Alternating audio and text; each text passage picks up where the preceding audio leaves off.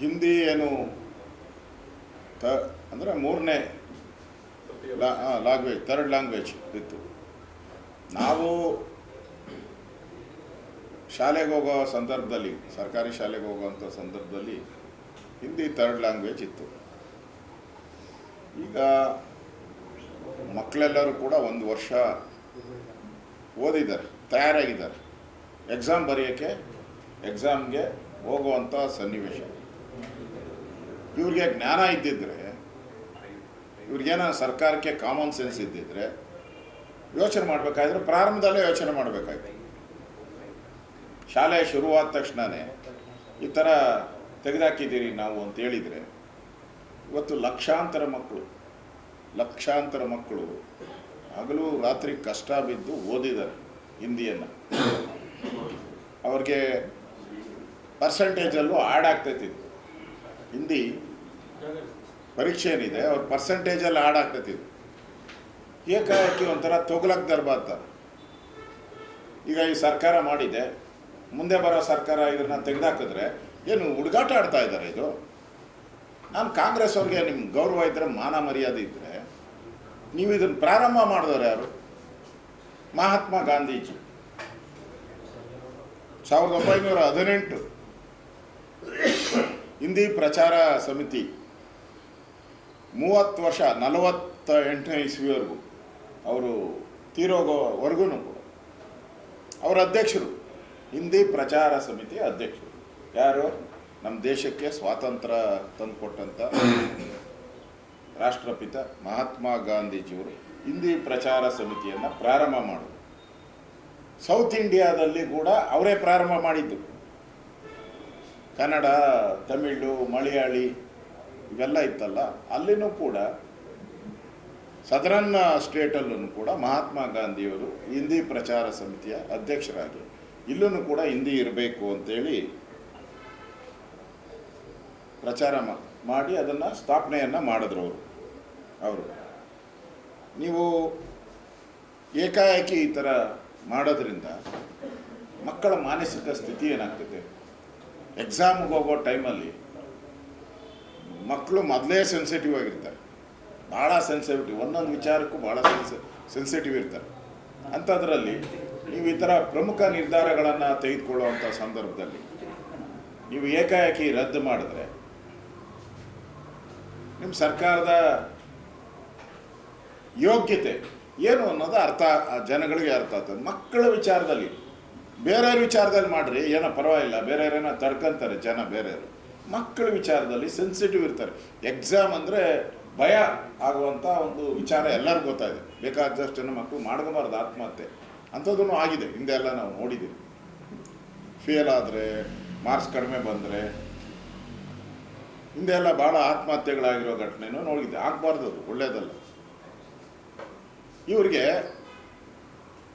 English ಇರಲಿ, ಯಾಕೆಂದರೆ ಅದು ಅಂತಾರಾಷ್ಟ್ರೀಯ ಭಾಷೆ ಅಂತೆ, ಸಂವಾದ ಅಂತೆ, ಕಮ್ಯುನಿಕೇಷನ್. ನಾನು ಇಂಗ್ಲೀಷಲ್ಲೇ ಹೇಳಿದ್ರೆ ನಿಮ್ಗೆ ಅರ್ಥ ಆಗೋದು. ಕಮ್ಯುನಿಕೇಷನ್ ಲ್ಯಾಂಗ್ವೇಜ್ ರಷ್ಯಾದಲ್ಲಿ, ಚೈನಾದಲ್ಲಿ, ಜಪಾನಲ್ಲಿ ಇವೆಲ್ಲ ಭಾಳ ಮುಂದುವರೆದವರು. ನಮಗಿಂತ 50 ವರ್ಷ 100 ವರ್ಷ ಮುಂದೆ ಇರುವಂಥ ದೇಶಗಳು ಇವರು. ಆಯಿತು, ಬೇಡ. ಉರ್ದು ಯಾವ ಭಾಷೆಪ್ಪ? ನಮ್ಮ ದೇಶದನಪ್ಪ. ಇರಾನು, ಇರಾಕು, ಪರಾಕು, ಕರಾಕು ಈ ದೇಶದದು, ನಮ್ಮ ದೇಶದ್ದೇ ಅಲ್ಲ. ಅದಕ್ಕೆ ಇರ್ಬೋದು, ಅದನ್ನು ಕಲಿಬೇಕಂತೆ. ಅಲ್ಲಿ ನಿಮಗೆ ಉರ್ದು ಶಾಲೆಗಳಲ್ಲಿ ಕನ್ನಡನ ಮೊದಲನೇ ಭಾಷೆ ಮಾಡಿದ್ದೀರಾ ನಿಮ್ಮ ಯೋಗ್ಯತೆಗೆ? ಇಲ್ಲ. ಹಿಂದಿ ಬೇಡ, ಈ ದೇಶದ ಭಾಷೆ. ಕನ್ನಡ ಈ ದೇಶದ ಭಾಷೆ, ತಮಿಳು ಈ ದೇಶದ ಭಾಷೆ, ಮಲಯಾಳಿ ಈ ದೇಶದ ಭಾಷೆ. ಈ ಭಾಷೆಗಳು ಬೇಕು. ಆದರೆ ಉರ್ದು ಬೇರೆ ದೇಶದ್ದು, ಆ ಭಾಷೆ ಬೇಕು ಇವರಿಗೆ. ಯಾಕೆಂದರೆ ವೋಟ್ ಶಿಕ್ಷಣದಲ್ಲೂ ವೋಟ್ ಪಾಲಿಟಿಕ್ಸ್ ಮಾಡುವಂಥ ಈ ಕೆಲಸಕ್ಕೆ ಕಾಂಗ್ರೆಸ್ ಪಾರ್ಟಿ ಹೋಗಿರುವಂಥದ್ದು ತಪ್ಪಿದು.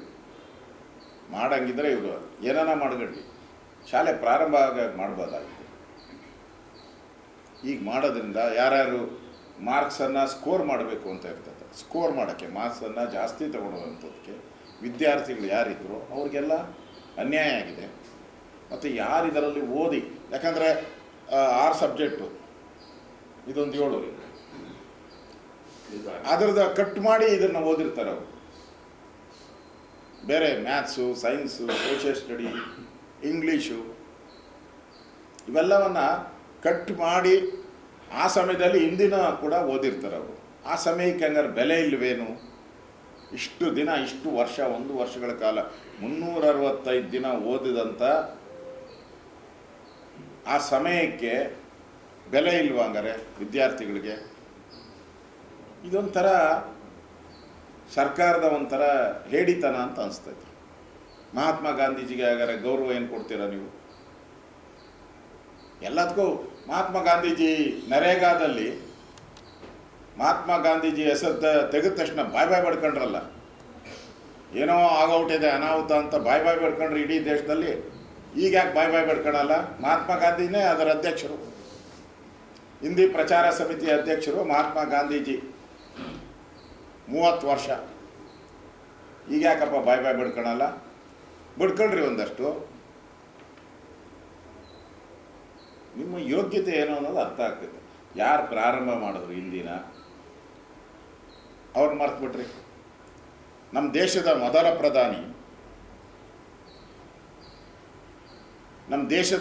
ಪ್ರಧಾನಿ ನೆಹರು. ಮಹಾತ್ಮ ಗಾಂಧಿ ಬಿಡಿ, ಕಾಂಗ್ರೆಸ್ ಅವರು ಮಹಾತ್ಮ ಗಾಂಧೀಜಿಗೆ ಬೆಲೆ ಕೊಡಲ್ಲ, ನಾವು ಬೆಲೆ ಕೊಡಲ್ಲ ಅಂತ ತೀರ್ಮಾನ ಮಾಡ್ಕೊಂಡು ಇದನ್ನು ಮಾಡ್ತಾ ಇದ್ದಾರೆ.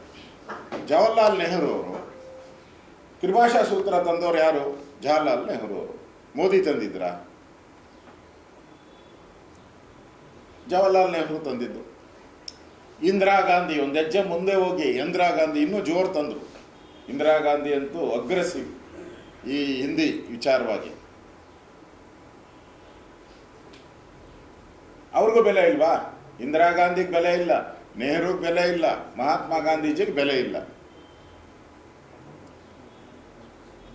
ಅದ್ಯಾರೋ ಮನೆಗೆ ಮಗು ಹುಟ್ಟಿದ್ರೆ ಇಲ್ಲಿ ಸ್ವೀಟ್ ಹಂಚಿದ್ರಂತೆ, ಹಂಗೆ ತಮಿಳ್ನಾಡಲ್ಲಿ ಮಾಡಿದ್ದಾರೆ, ನಾವು ಮಾಡ್ತೀರಿ ಅಂತ ಅವರ ಇಂಟೆನ್ಷನ್. ತಮಿಳ್ನಾಡಲ್ಲಿ ಎಲ್ಲ ಮುಸಲ್ಮಾನರು ತಮಿಳ್ ಮಾತಾಡಬೇಕು, ಮಾತಾಡ್ತಾರೆ, ಅವರ ಧರ್ಮ ಅದು. ಕೇರಳದಲ್ಲಿ ಮಲಯಾಳಿ ಮಾತಾಡ್ತಾರೆ,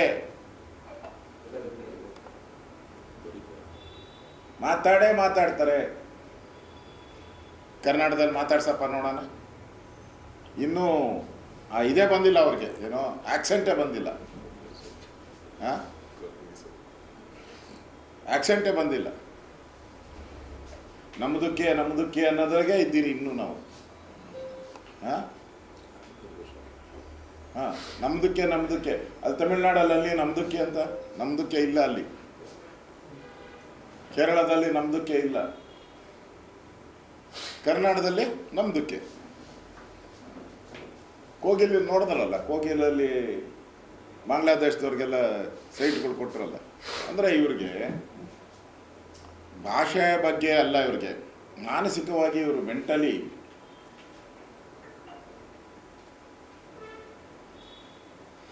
ಭಾಷಾ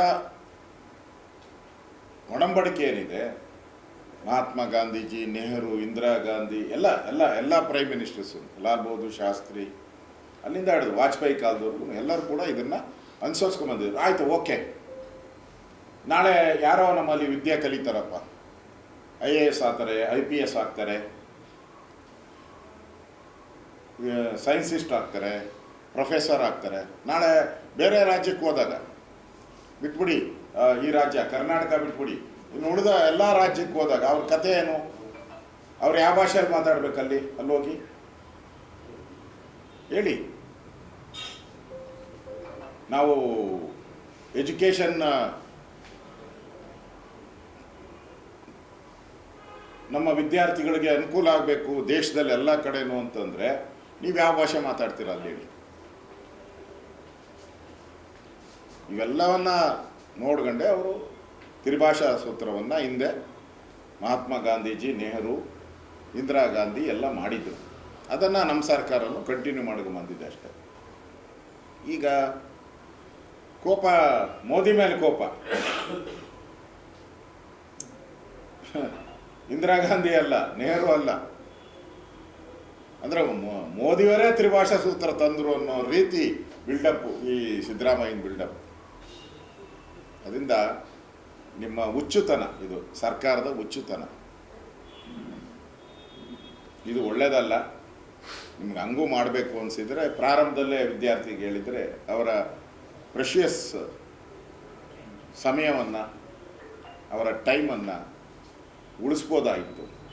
ಆ ಮಕ್ಕಳ ಬಾಳೆಗೂ ಕಲ್ಲು ಹಾಕುವಂಥ ಕೆಲಸವನ್ನು ಮಾಡಿದ್ದೀರ. ಅದರಿಂದ ಈ ಕಾಂಗ್ರೆಸ್ ಸರ್ಕಾರದ ಈ ವೋಟ್ ಬ್ಯಾಂಕ್ ಪಾಲಿಟಿಕ್ಸ್, ಇದು ಈ ಎಕ್ಸಾಮ್ ಟೈಮಲ್ಲಿ ಮಾಡಿರೋದು ರಾಜಕಾರಣ ಅಂತ ಅನಿಸುತ್ತೆ.